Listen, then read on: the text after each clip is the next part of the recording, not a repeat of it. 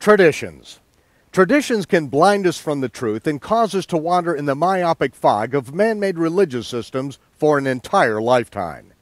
Many of the traditions of the Western Gentile Christian Church are merely adapted pagan sun god worship rituals inherited from our ancestors. They were forced to compromise with the Roman Emperor Constantine or lose their life for refusing to bow. Most of these traditions were imported directly from Babylon.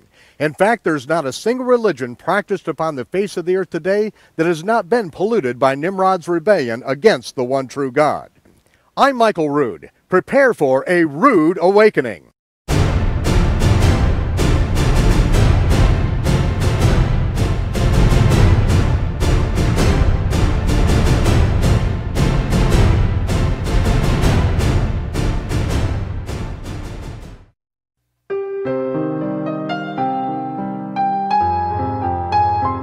If you, like I, grew up in Western civilization, by the time you were 3 years old, you knew that on Christmas Eve, a pot-bellied man in a cherry red suit dropped through the chimney and placed presents under an evergreen tree festooned with gold and silver balls. Christian children were told that this was a celebration of the birth of the baby Jesus. And at the time, you were neither intellectually or philosophically capable of refuting the validity of this tradition. But by the time you entered kindergarten and the debates among your classmates raged, you perceived that you had been told a lie. Your concept of reality was shaken. Tears flooded your eyes as you came to the realization there is no Santa Claus.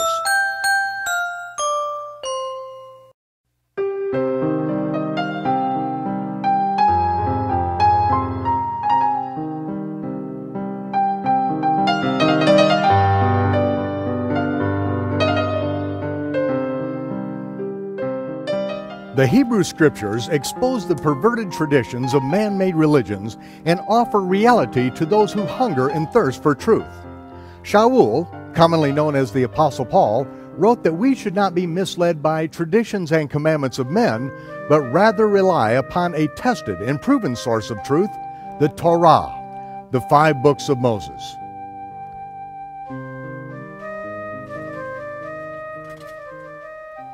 The children of Israel camped at Mount Sinai for an entire year as Moses passed on the instructions from the Creator. These instructions, called Torah in Hebrew, taught us how to govern ourselves and throw off the shackles of man-made religious, political, and economic systems.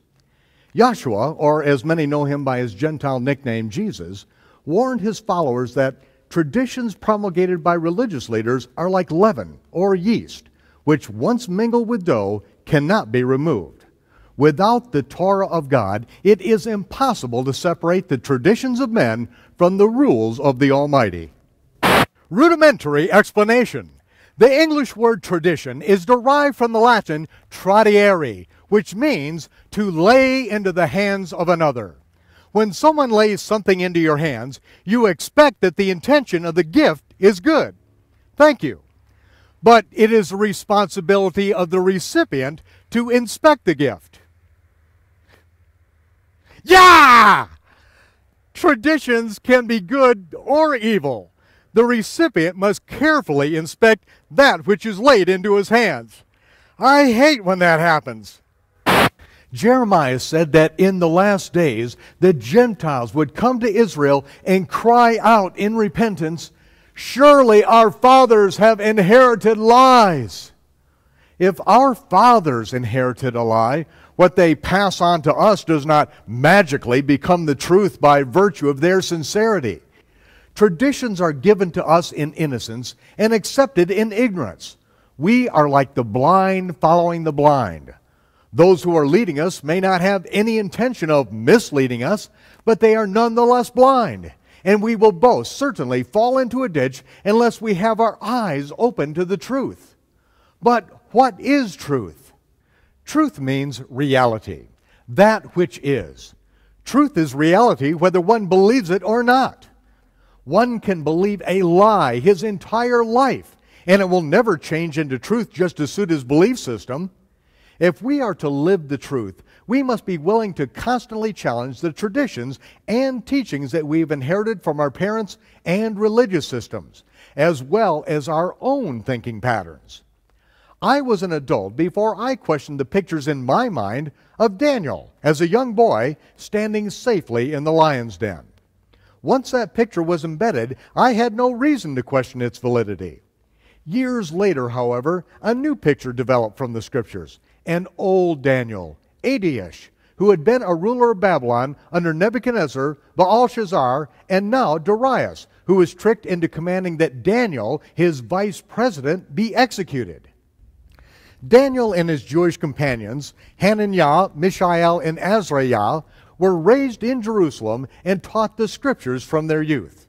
When they were carried away as captives into Babylon, they were renamed Belteshazzar, Shadrach, Meshach, and Abednego, and made eunuchs under the care of Ashpenaz, master of eunuchs, and trained for service in the court of the king. Daniel was promoted to prime minister under King Nebuchadnezzar and was made an extremely wealthy young man. Daniel was multiplied in wealth twice more during the reigns of Belshazzar and again under Darius the Mede. Daniel was one of the richest men in the kingdom. For more than 60 years, Daniel was in charge of the Chaldeans, a group of highly trained astronomers, intellectuals, among whom were many Judean captives. Near the end of his life, Daniel was visited by the angel Gabriel and given very exact timing concerning the coming of the Messiah. But he was also instructed to seal up some of the information. Apparently, it was for him, and for him alone, to understand and act upon. Daniel died in Babylon, a eunuch, with no heir to whom he could leave his wealth. It would be the acme of foolishness to assume that a man as wealthy and prophetically well-informed as Daniel would not have made very careful plans for the distribution of his treasure. After the 70 years of captivity had ended, many of the Jews, especially those in positions of responsibility, stayed behind in Babylon, the most notable being Mordecai and his niece Hadassah, better known as Queen Esther. Daniel would have naturally assigned the execution of his will to his most trusted companions, the Jewish Chaldean astronomers whom he trained and who remained behind in Babylon. There is a reason for every word in the scriptures, regardless of how trivial these details may seem to us. By carefully considering the scriptures and historical records, we often see very compelling pictures develop from the text.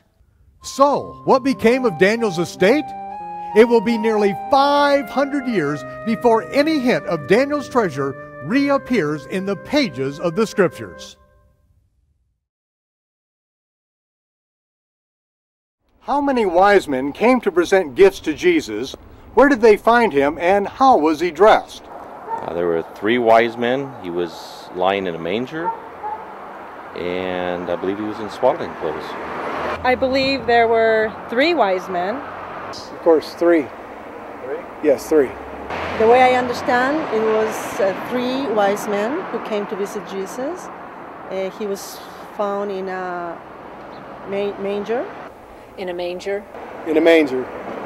And I believe he was wearing swaddling cloths.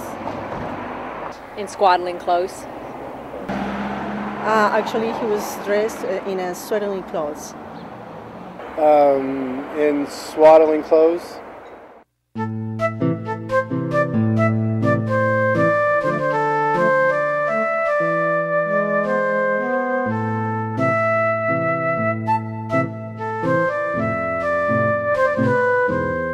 Ask the man or woman on the street, how many wise men came to present gifts to Jesus?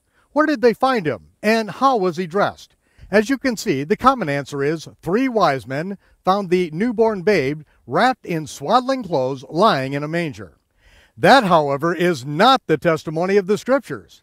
We read in the King James Version of Matthew's account that an undesignated number of wise men, in the Greek magi, came to the house where they found the young child, Yahshua, living with his mother Miriam and Joseph. In the Gospel of Luke, we read that only the shepherds arrived at the manger. Sorry for this rude interruption, but Yahshua was actually born on the first day of the Feast of Tabernacles, the 15th day of the 7th month on the biblical calendar, which always occurs in autumn, not December 25th when the pagan sun gods were said to be born. His birth was an intermediate fulfillment of the Feast of Sukkot, or mangers. It is the same word in the Hebrew language. Yosef was required to live in a sukkah or tabernacle during the entire 7-day feast. Miriam, his pregnant wife, was not required to live in the sukkah, but the Bethlehem bed and breakfast was completely booked. So she joined her husband in the sukkah on the first day of the Feast of Sukkot and delivered her firstborn son in the sukkah.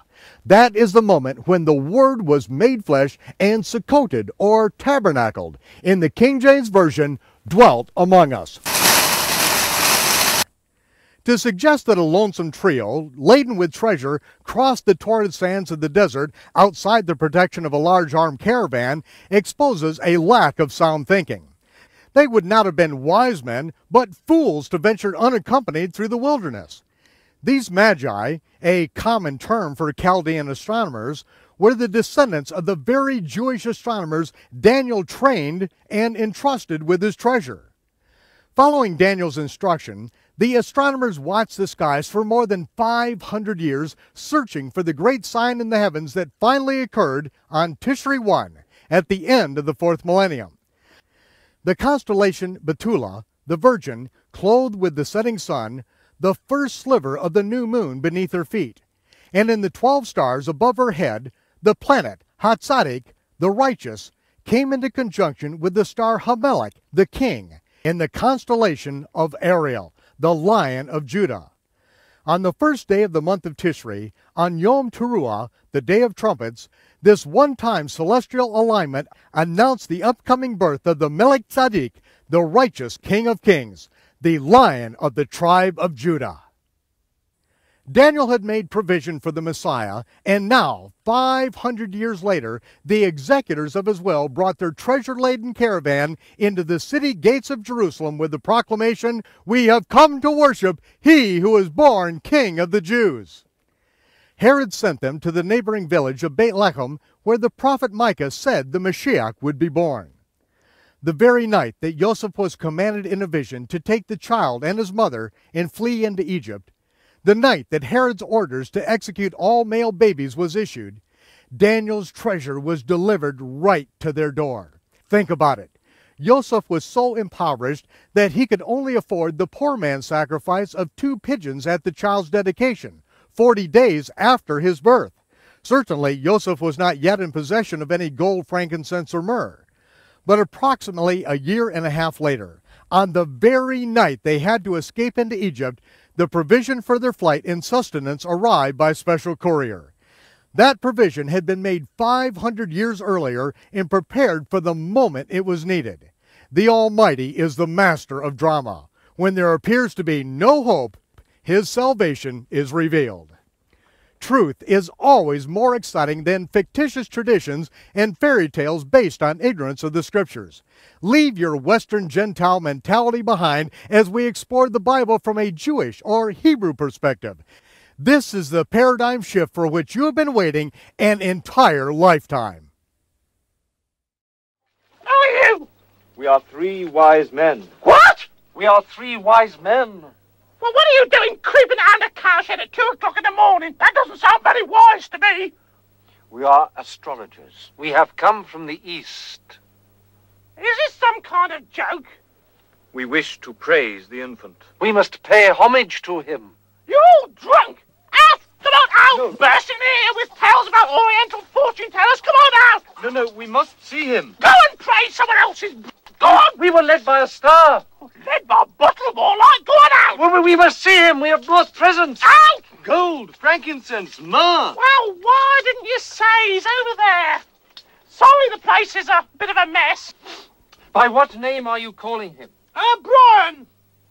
We worship you, O Brian, who are Lord over us all. Praise unto you, Brian, and to the Lord our Father. Amen. You do a lot of this, then? What? This praising. No. Well, if you're dropping by again, do pop in. And thanks a lot for the gold and frankincense. But don't worry too much about the myrrh next time, all right? Thank you. Goodbye. Well, weren't they nice? I've heard of mine, but look at that. Here, that's mine. Hey, you forget.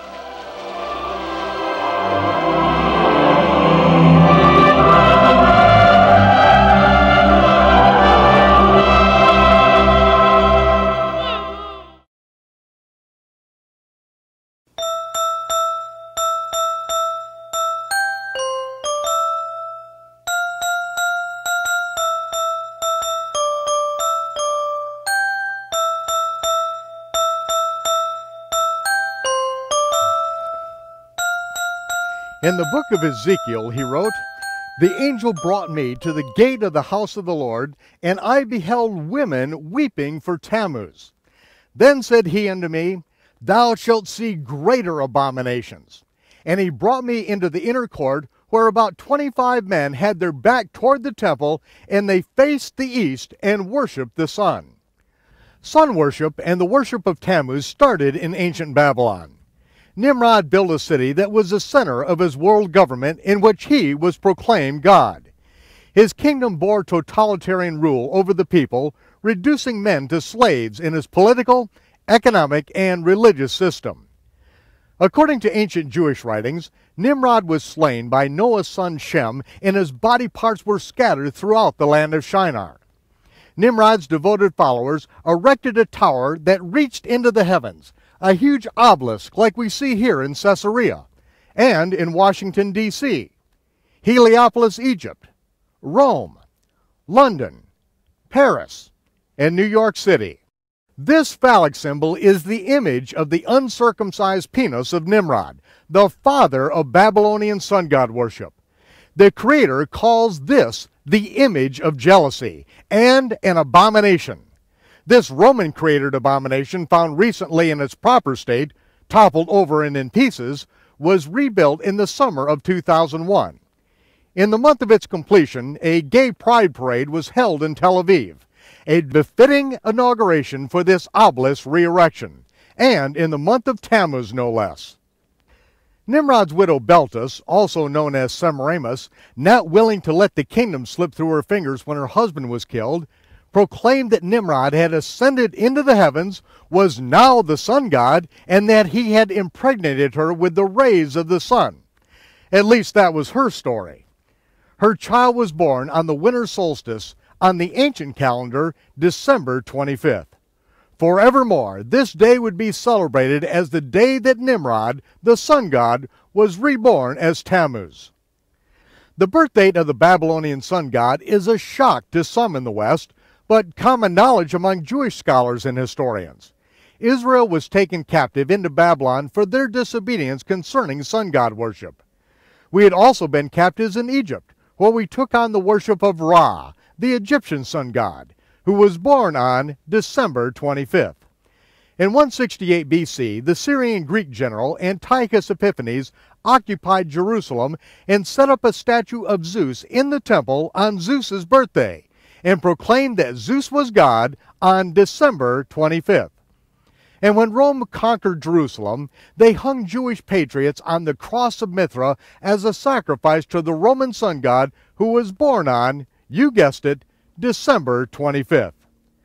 The confusion of languages at the Tower of Babel scattered the heathen into the far corners of the earth and confused the names of their gods. But the worship rituals remain much the same throughout the earth. There is one date that I assure you Yahshua of Nazareth was not born, December 25th. But who was? Little baby Tammuz. Tammuz, so the story goes, was gored to death by a wild boar in a hunting accident when he was 40 years old.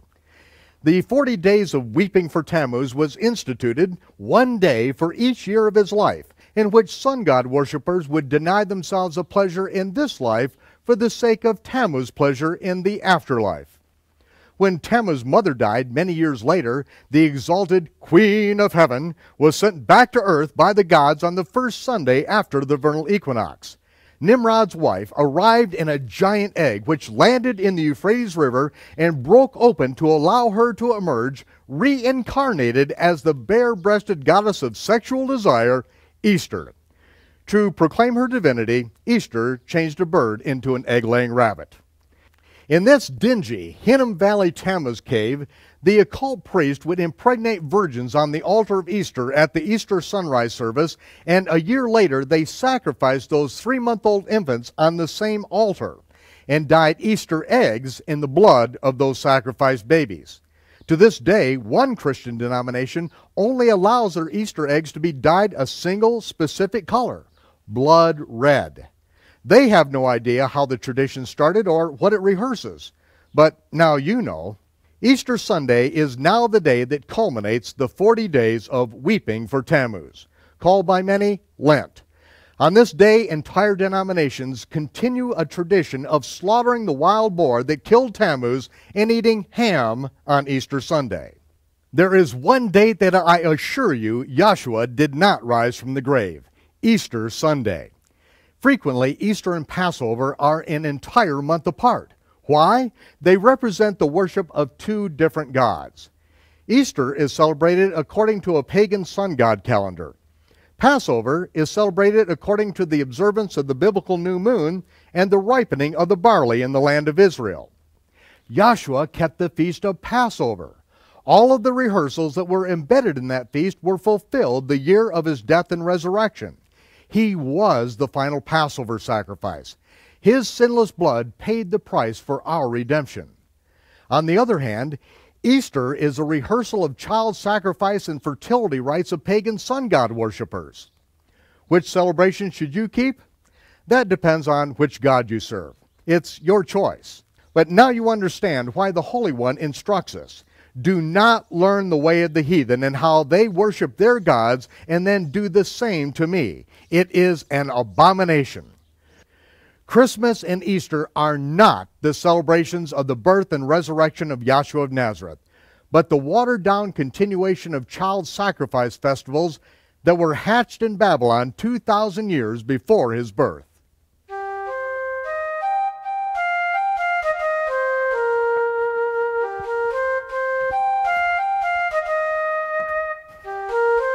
We all recognize that the pagan calendar, which has been adopted by the Christian world, names every day of the week and nearly every month of the year after a pagan god or fallen angel.